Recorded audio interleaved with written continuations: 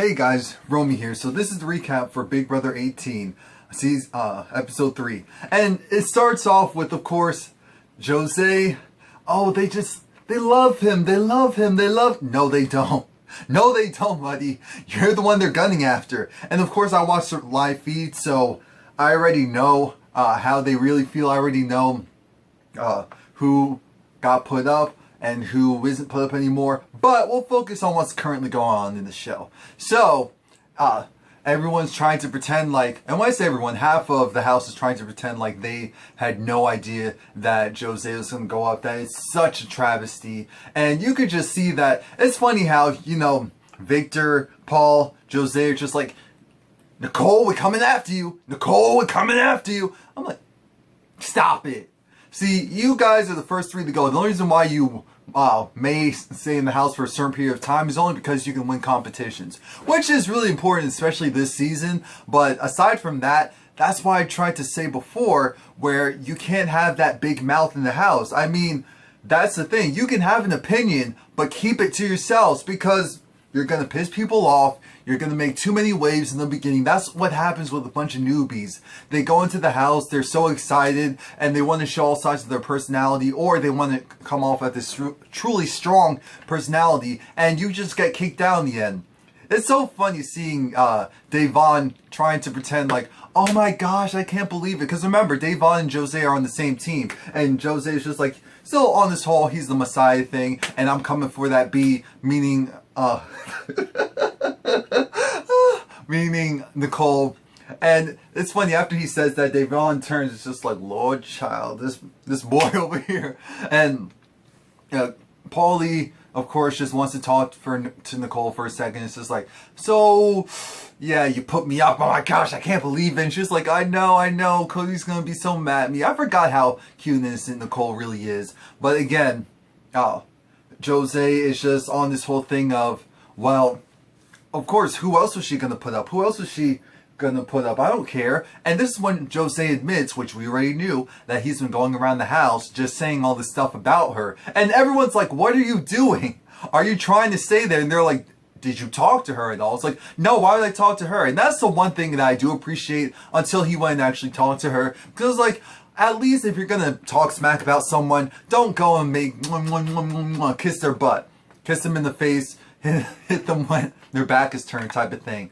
But that's exactly what he's trying to do now. He's nominated, so he's trying to see, he goes up to the, what do you call it? He goes up to the head of household's room, and he's talking to Nicole, and he's just trying to figure out essentially why she put him up. And she makes up this lie saying she needs to put up one, of course she already lost one player, she needs to put up one strong guy, two strong guys from each team, so that she could try and even the odds, let them duke it out. We know the reality is Josea's been talking smack about her, and he knows this too, because he's clearly the one who said it, and she needs to make sure that he goes. So, they get called, she gets called into the diary room. When she comes back out, they learn about this new competition. It's called BB Roadkill. Sidebar, I appreciate how the show is flowing. It's going really quickly, and it doesn't feel like there's a lot of fillers that they're putting in this season. There's a lot of action, so I definitely appreciate that. I just hope they can keep that going for the rest of the summer as the numbers dwindle. But BB Roadkill is dastardly. It's pretty much, okay, here's how this is gonna go.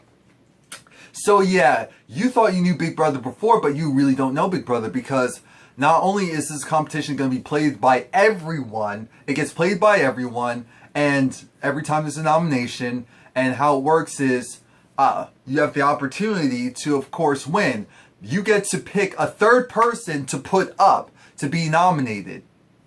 Hear me? A third person to put up to be nominated. So potentially 3 people can be put up and stay up there. Now, afterwards,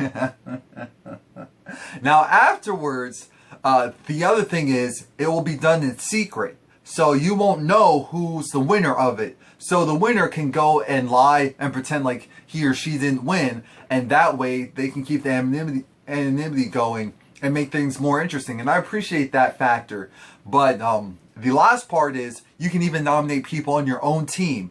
So really, no one is safe. Even if you technically win safety from Big Brother, you're not safe. I was like, there we go. That's what I'm talking about. That's truly expect the unexpected. And I love it. And again, Victor, Jose, and Paul have this little powwow, and they're just like, look, as long as one of us win it, we're cool. As one of the newbies win it, we're cool. Because at the end of the day, we need to get the old heads out. And he's, of course, really gunning for Nicole, but also Frank. They also want to take Frank out because Frank, as we remember, was a competition beast. So they have to make sure that they say exit stage left on Frank.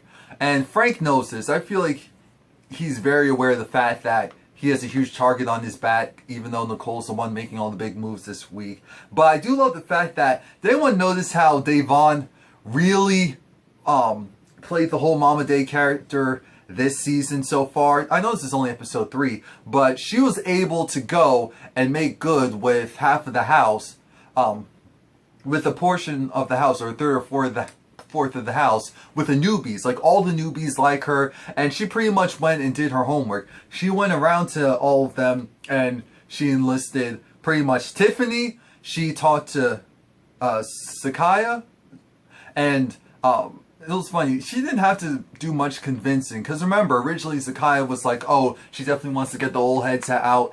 More so kind of going on with what Jose and Paul wanted. But I also was like, I don't know if I believe her. And comes to show, she was faking it. She was just like, look, I was up for being with my team overall, but at the end of the day, Devon, she's cool. And Devon's like, you know, she's a chocolate drop. I'm a chocolate drop, so hey, we're good. And it was just like, right now, because of the fact that Jose and Paul and a couple other newbies, they're acting Looney Tunes, she has this whole mindset of, I had to go on the winning team. So I can appreciate that. So Mama Day's just like, come over here. And then Mama Day talks to Michelle. Michelle pretty much just like, I love the fact that the veterans are in here. And I said if the veterans were going to come in, I was going to work with them. And again, Michelle seems like a straight shooter as well. And she made a great point. Why wouldn't you want to work with people who are loyal, or at least come off as loyal? And that's what veterans usually are. That whole backstabbing thing, that gets old, and they know that it goes south sooner than later for them. So their best model is to rock with their current team. So, officially the new alliance of the summer, which I love it, the biggest alliance of the summer, as long as their people don't get voted out, is APAC. APAC consists of Devon, Frank, James, Nicole, Sakaya, Michelle, Corey. Who's the last person? Tiffany. Tiffany? Yeah. I think that's what it is. Or am I missing someone? I feel like Tiffany, someone else is missing. Who else would be? Paulie. I feel like Paulie should be in there as well. So, maybe I messed that up. But anyway, you get the gist of who's in the alliance.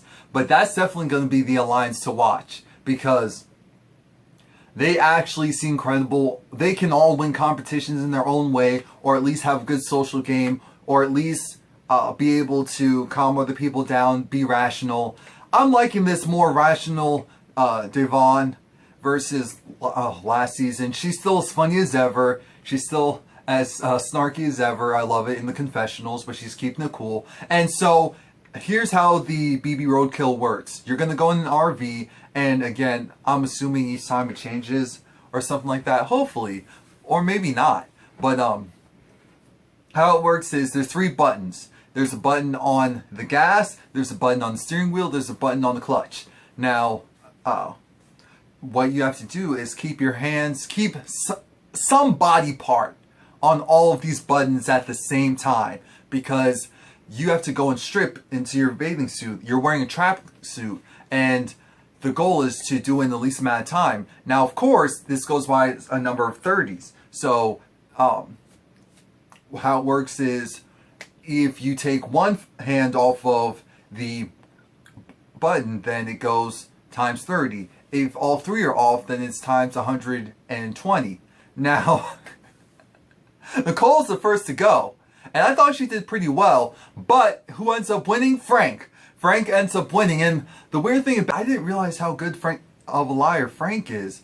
I would have never guessed that he won, honestly, because he definitely can play poker. He has that poker face of you just don't know. He can actually convey emotion and not because someone like me, I feel like I have an overall happy disposition, so it's pretty hard for me to do something like that. Even if I lost, they probably would have thought I won. Like Paul was trying to convince them that he lost, which he really did, but they didn't believe him. Jozea was just like, I know. Here comes Frank saying that he lost, and Jozea believes Frank. That just goes to show you. That's so I'm like, okay, Jozea, you're paranoid. You need to go. You're not even really entertaining, so it's not gonna be like it's gonna cause a major loss or friction. Frank first tells James, and James didn't believe him again because he has that type of poker face. Devon was just like, ew. Originally the returnees looked like they were going to have a hard summer, but now it looks like as long as they stay together, they can do this. They can get to at least the final 8. And, you know, hopefully they stay rational enough. Hopefully they don't get found out, because if their group gets found out, I could definitely see a couple of people defecting. And not the veterans, but aside from that, you have, Bronte, Natalie, and also Bridget.